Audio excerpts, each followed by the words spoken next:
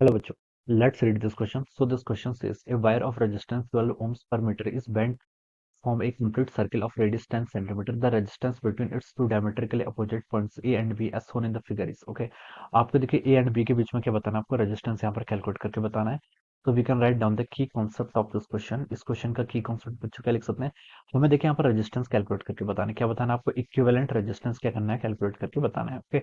अब देखिए बच्चों क्वेश्चन में क्या गिवन किया हुआ है.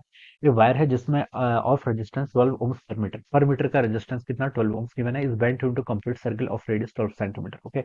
अगर हम देखें इसको एक सर्कल बना लेते हैं, एक आपका एक सर्कल बना लेते हैं जिसकी रेडियस देखिए बच्चों कितनी है आपकी 10 सेंटीमीटर के इक्वल. ओके. सर्कल की रेडियस कितनी है 10 सेंटीमीटर. तो हम बता सकते हैं इसकी सरकमफेरेंस यानी कि इस टोटल वायर की लेंथ कितनी होगी आपकी 2 पाई इंटू आर के इक्वल होगी. ओके. यहाँ से हम लिख लेंगे 2 पाई इंटू आर. आर क्या है इसका रेडियस. रेडियस कितनी है 10 सेंटीमीटर. 10 सेंटीमीटर को मैं 0.1 मीटर लिख सकता हूँ.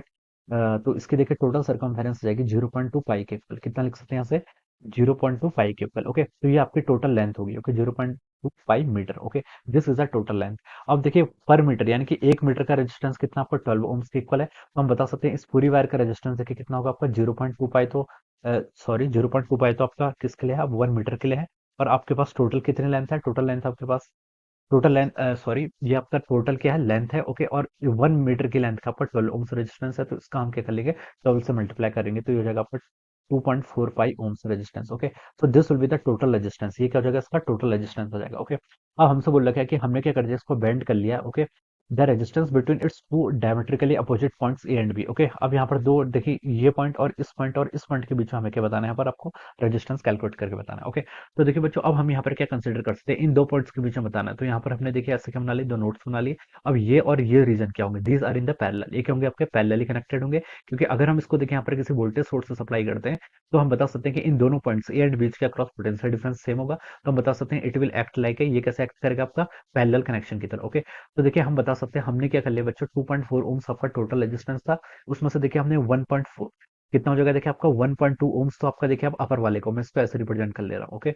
मैं इसको क्या कर लेता हूँ आपका इस तरीके से रिप्रेजेंट कर लेता हूँ जो आपका अपर वाला नोट्स है. ओके. अपर वाले का रेजिस्टेंस देखिए बच्चों कितना हो गया, इस वाले का रेजिस्टेंस आपका देखिए 2.4 था, एक ऊपर आ गया आपका 1.2 पाई के इक्वल. ओके. और नीचे वाले रीजन में भी कितना आएगा आपका 1.2 पाई के इक्वल आ जाएगा. ओके. ये आप यहाँ पर से ऐसे लिख सकते हैं और हम इसको ऐसे कनेक्ट कर लेंगे. This is our point A, this is our point B. Okay. अब ये दो रेजिस्टेंस कैसे कनेक्टेड है, पैरेलली कनेक्टेड है, इक्वल रेजिस्टेंस है. तो हम कैसे निकालते हैं पैरेलल का, देखिए आपका आर नेट कैसे फाइंड आउट करते हैं.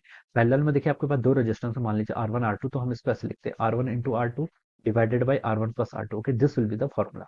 तो यहाँ से हम देखिए इसमें पुट करेंगे तो ये हो जाएगा आपको 1/2. देखिए दो रेजिस्टेंस अगर आपके सेम होते हैं, दोनों का रेजिस्टेंस सेम होता है तो हम डायरेक्ट डिवाइड बाय 2 कर सकते हैं. तो उसकी वैल्यू हो जाएगी आपकी 0.65 के इक्वल. ओके.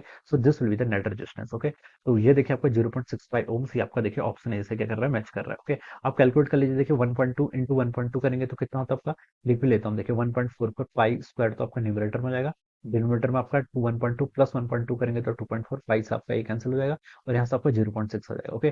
तो ऐसे हम क्या कर लेंगे, इसे कैलकुलेट कर सकते हैं. ओके. तो option A will be the right answer of this question. So I hope you all understood this concept. All the best and thank you.